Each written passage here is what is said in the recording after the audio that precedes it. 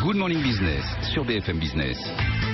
Et c'est Daniel Benwalid, le cofondateur de Full Factory qui est avec nous. Bonjour Daniel Benwalid, bonjour. Bonjour, merci de me recevoir. Merci d'être avec nous ce matin. Vous êtes le premier acteur français sur ce phénomène qui nous vient d'Amérique, comme on dit, qui s'appelle le crowdsourcing.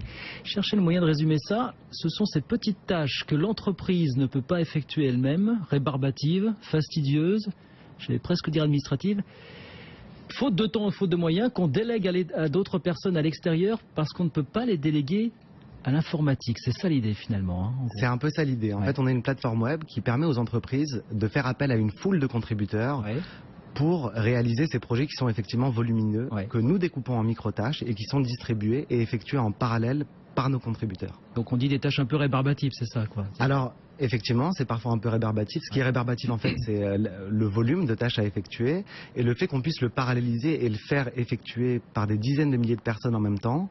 Finalement, chacun des contributeurs ne va faire que 2 ou 3, en tout cas moins d'une dizaine de tâches. Ça peut être de la saisie de données, on donnera des exemples, c'est de la saisie de données, enfin des choses aussi. Voilà, c'est de la saisie de données, du phoning, énormément d'exemples sur ces sujets-là. Et ça marche très fort aux États-Unis depuis des années, alors vous me dites, apparemment ça vient de...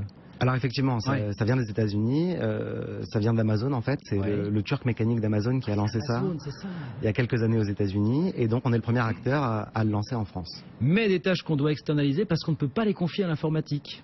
Exactement. Parce qu'on a besoin d'un humain pour ces tâches-là, c'est ça l'idée. Effectivement, pour un certain nombre de cas d'usage, soit la machine ne sait pas le faire du tout, je pense par exemple à de la modération d'images ou à des appels téléphoniques, mais parfois aussi la machine n'arrive pas à traiter 100% du flux correctement.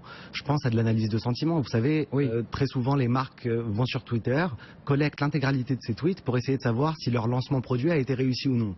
Et finalement, la machine détecte assez mal l'ironie, le deuxième degré. Et il y a besoin d'humains qui viennent en contact. Effectivement, ça viendra. Et notre métier risque de changer. Et les cas d'usage qu'on traite aujourd'hui ne seront pas forcément ceux de demain. Mais aujourd'hui, ce dont on s'aperçoit, c'est qu'on est un bon complément à la machine. On est finalement l'homme plus la machine et on est capable d'apporter cette proposition de valeur en termes de temps pour avoir des réponses extrêmement rapides. Donc votre plateforme, elle met en contact des entreprises. Tout à fait. Et des personnes, des particuliers, vous, moi, n'importe qui peuvent effectuer une partie de ces petites tâches, mais une rémunération. C'est pas des grosses rémunérations, faut expliquer ça quand même, David. Alors, effectivement, ça vient de la nature même des tâches. Les tâches sont extrêmement courtes. On parle de tâches d'une dizaine de secondes, d'une minute parfois. Donc effectivement, la rémunération, le défraiement pour chacune de ces tâches est pas énorme. Néanmoins, si on ramène ça à un taux horaire, on a, et ça fait partie aussi de nos valeurs, de notre éthique, pour ambition de toujours délivrer entre 10 et 15 euros de l'heure pour nos contributeurs. 10 à 15 euros de l'heure, voilà. C'est-à-dire si j'ai une heure à tuer, entre guillemets, je suis dans le métro, je suis dans le bus, je suis dans la rue, je peux gagner 10-15 euros en effectuant une partie de ces tâches, quoi, finalement. Exactement. Combien d'entreprises, justement, sont passées par votre plateforme aujourd'hui? Voilà, aujourd'hui, ça fait 1 an qu'on est ouvert, on a servi plus d'une centaine de clients. Plus d'une centaine de clients. Voilà, aujourd'hui, on réalise à peu près 300 000 tâches sur notre plateforme chaque mois, avec un chiffre d'affaires autour de 50 000 euros par mois. Autour de 50 000 euros. Et comment est-ce que vous rémunérez, vous? Si tant est que vous rémunérez à ce stade Alors, évidemment, pour nous, les cofondateurs, on ne se rémunère pas encore. La plateforme se rémunère en prenant une commission de 20% sur les dépenses. Imaginons qu'un client souhaite faire effectuer 100 tâches d'1 euro, il va devoir charger son compte Full Factory de 120 euros.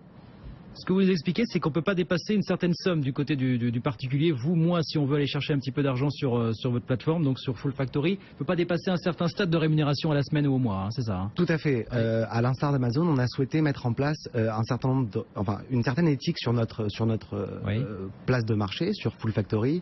Donc il y a les 10-15 euros de l'heure, mais il y a aussi le fait de se dire, Full Factory, ça ne peut pas être une source principale de revenus. Il faut quelque part que ça reste ludique, que ça reste un jeu. Donc on limite si vous voulez, les défraiements à 3 000 euros par an. Ce qui correspond à 250 euros par mois par contributeur. 250 euros par mois. Voilà, parce que c'est la question que je voudrais vous poser. Effectivement, c'est le moyen d'arrondir un petit peu ces fins de mois pour celles et ceux qui le souhaitent. Mais est-ce qu'il n'y a pas un danger dans tout ça à voir à terme les entreprises passer par ce type de plateforme comme la vôtre plutôt que d'embaucher ou de conserver des personnels? Voilà, on se dit le verre est dans le fruit peut-être un petit peu dans cette histoire quand même. Alors, effectivement, c'est une question qui est légitime. Néanmoins, aujourd'hui, ce dont on s'aperçoit, c'est que l'intégralité des projets d'une entreprise ne peuvent pas passer par Full Factory. Si vous voulez, on reste sur ces deux deux grandes tendances de fond qui sont l'innovation, l'industrialisation. En général, voilà, l'innovation-industrialisation, ça a souvent suivi nord et sud. Oui.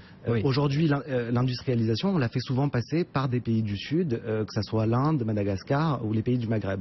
Aujourd'hui, avec Full Factory, comme on offre une proposition de valeur différente en termes de rapidité, d'élasticité, finalement, on ramène tout ce flux qui était envoyé à l'étranger, on le ramène en France.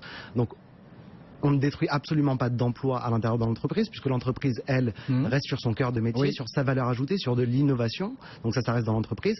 Mais tout ce qui a été envoyé à l'extérieur peut aujourd'hui revenir en France.